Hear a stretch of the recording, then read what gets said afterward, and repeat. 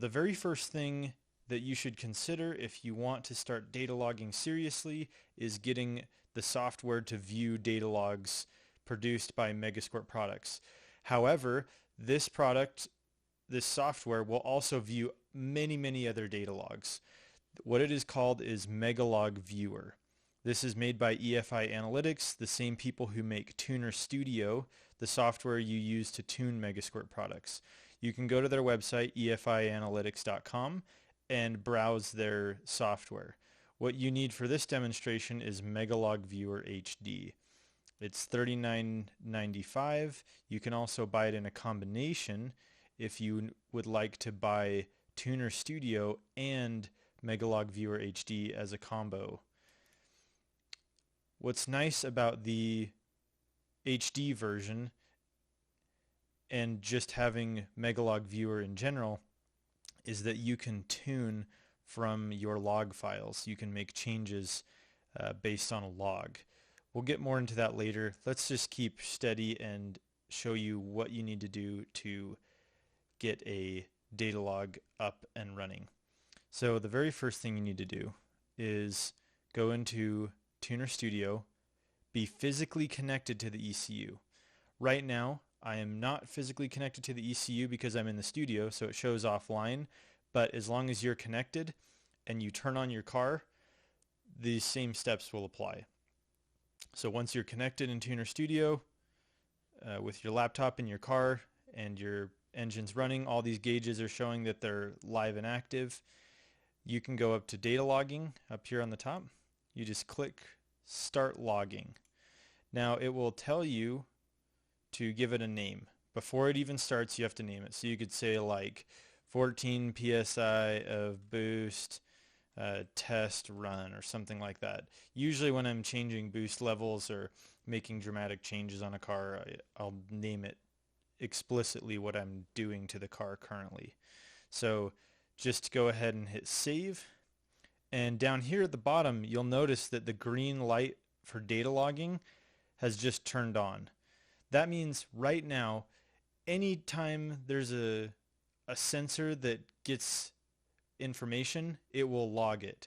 So as you're driving your car around, going and making some polls, it will be logging everything that's coming into the ECU. The throttle position, the air-fuel ratio, fuel load, ignition advance, everything will be there. It's actually quite a lot of information, and it can be actually overwhelming sometimes to sift through all of it if you have a complex system. However, that being said, you get a lot of useful information that you can sift through. So while you're driving around, do everything you need to do your test drive, and then at the end of your test drive, before you shut off your car and disconnect, just go here and hit stop. And down here you'll see that it has now been grayed out where it says data logging, and the data log is complete. All the information that you've been gathering while you're driving around connected to your laptop is all there saved in a log file. Make sure you have a safe place to set your laptop while you're driving around so the USB connection does not come undone. That can cause a lot of issues and break the connection so that you won't be getting a good data log if that comes undone. So the next thing you need to do is open MegaLogViewer. So MegaLogViewer HD, when you open it, it will look like this as it's starting to fire up. And just a moment here. There we go. So MegaLogViewer HD just looks like this when you first open it up. And you go to open, and this is where we're going to open a log. So the way you find a log is your documents and Tuner Studio projects, then your project, which this one's called My E28, and then under your project you'll see this data logs folder. Just double click that, and then here's all your data logs. Just so I can give you something to look at as opposed to that test where I wasn't hooked up, let me show you what a data log looks like. So we'll take this 63% methanol test and we'll just open it up. Okay, so this is what it looks like when you open a data log. You get the extent of the run, and you can use two fingers on a trackpad or the scroll on your mouse to expand and contract this. And it can look overwhelming when you smash it up like this, but this is where I'll teach you how to kind of make it a little bit more reasonable. So if you set the graph fields to what you want to view, it really helps. So I've already gone over here. You can use these drop down menus and go through like a whole number of fields. But the ones that I would like to see I have already selected. So for example, this middle section just has these 4 selected. So if I look at right here where I have boost and PSI selected, if you zoom out, you can faintly see there's these few spots where the boost actually is coming up above 0. 0 is kind of down here. And that tells me that this is a place where I'm revving the car and using, I'm getting into boost, I'm using the turbo. So that's probably where I want to view some information because the car's under load. A lot of your data log will probably look like a just idling around, messing around if you're just driving.